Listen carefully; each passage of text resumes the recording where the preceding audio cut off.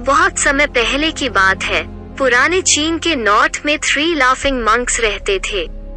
उनका नाम किसी को नहीं पता, क्योंकि उन्होंने अपने बारे में किसी को बताया ही नहीं, ना ही उन्होंने कभी किसी बात का जवाब दिया। चीन में उन्हें बस 3 हंसते हुए भिक्षुओं 3 लाफिंग मंक्स के नाम से जाना जाता था।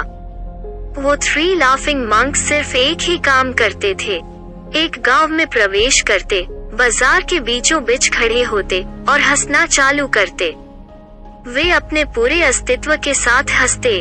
अचानक लोगों का ध्यान उनके तरफ खींचा चला जाता और धीरे धीरे उनके चारों तरफ भीड़ इकट्ठा हो जाती। वे इतनी एकाग्रता, तल्लीनता और संपूर्णता के साथ हंसते कि उनकी हंसी देख के पूरा गांव हंसने लग जाता। जब पूरा गांव हंसी के समुंदर में डूब जाता, तब वे दूसरे गांव चले जाते। वे ना ही कुछ बोलते थे, ना ही कुछ उपदेश देते और ना ही कुछ शिक्षा देते। वे जहाँ भी जाते अपने हंसी से ऐसा माहौल बना देते कि लोग अपने सारे दुख, दर्द भूलकर हंसने लग जाते। धीरे धीरे चीन के लोग उन्हें बहुत प्यार करने लगे और वे पूरे चीन में फेमस होते गए।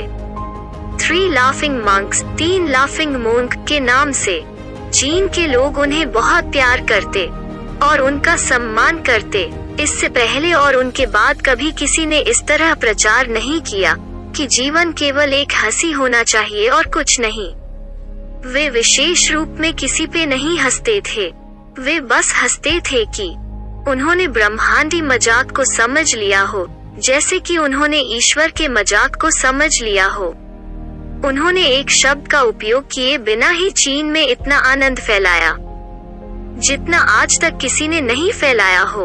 लोग उनका नाम पूछते, लेकिन वो बस हंसते ही रहते। तो उनका नाम 3 हंसते हुए भिक्षु 3 लाफिंग मंक बन गया। पूरे चीन में घूम घूम के लोगों को हंसाते हुए समय के साथ साथ वे 3 लाफिंग मंक्स बूढ़े हो गए और एक रात जब वे एक गांव में ठहरे हुए थे, तो उन तीनों में से एक भिक्षु की मौत हो गई। पूरा गांव स्तब्ध हो गया। पूरा गांव बहुत ज्यादा उम्मीद कर रहा था, क्योंकि उन्हें लगता था कि जब उन तीनों में से एक की मृत्यु होगी तो बाकी 2 जरूर रोएंगे। ये देखने लायक होगा, क्योंकि किसी ने भी इनको रोते हुए नहीं देखा था।